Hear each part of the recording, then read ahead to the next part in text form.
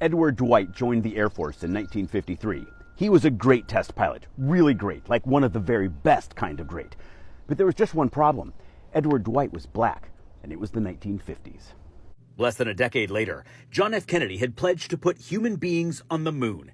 And because he was a progressive sort of guy, and because he knew he'd need the black vote when he ran for re-election, Kennedy selected Edward Dwight as the first African-American astronaut trainee. There was just one problem. Edward Dwight was black, and it was the 1960s. Dwight's selection may have garnered international media attention. He appeared on the covers of Ebony and Jet. But his colleagues and commanding officers really didn't want him to be there. This was a job for Protestant white guys like them, and they made sure he knew it too.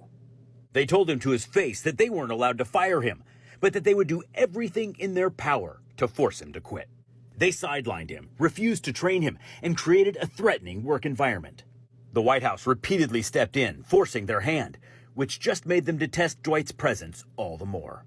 On a Friday in 1963, President Kennedy was assassinated. When Captain Edward Dwight reported for work on Monday, he found he had new orders to be a liaison officer to a test pilot school in Germany, a test pilot school that didn't even exist. His dreams of space dashed, Dwight held out for a couple more years, but eventually resigned from the Air Force. He worked a number of jobs after that, engineer, real estate, computers at IBM, before he decided to go back to school and get a Master's of Fine Arts in sculpture. Today, Edward Dwight, 88, has created more than 100 public art sculptures featuring African heritage. Slavery in America. The Black Frontier in the American West.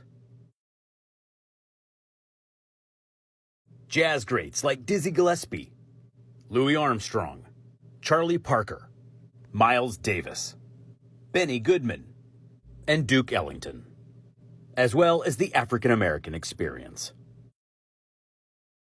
While many of the smaller pieces rest in the Smithsonian, Dwight has also created massive monuments, many of which grace state capitals and government land across the country.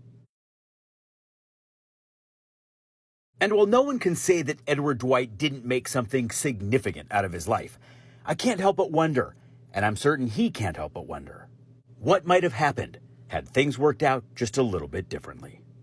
And in case you're curious, and you should be, it would take 20 more years before Guy Bluford became the first African-American man in space in 1983. The first African-American woman to go to space was Mae Jemison. She didn't do it until 1992. Stay curious, my friends.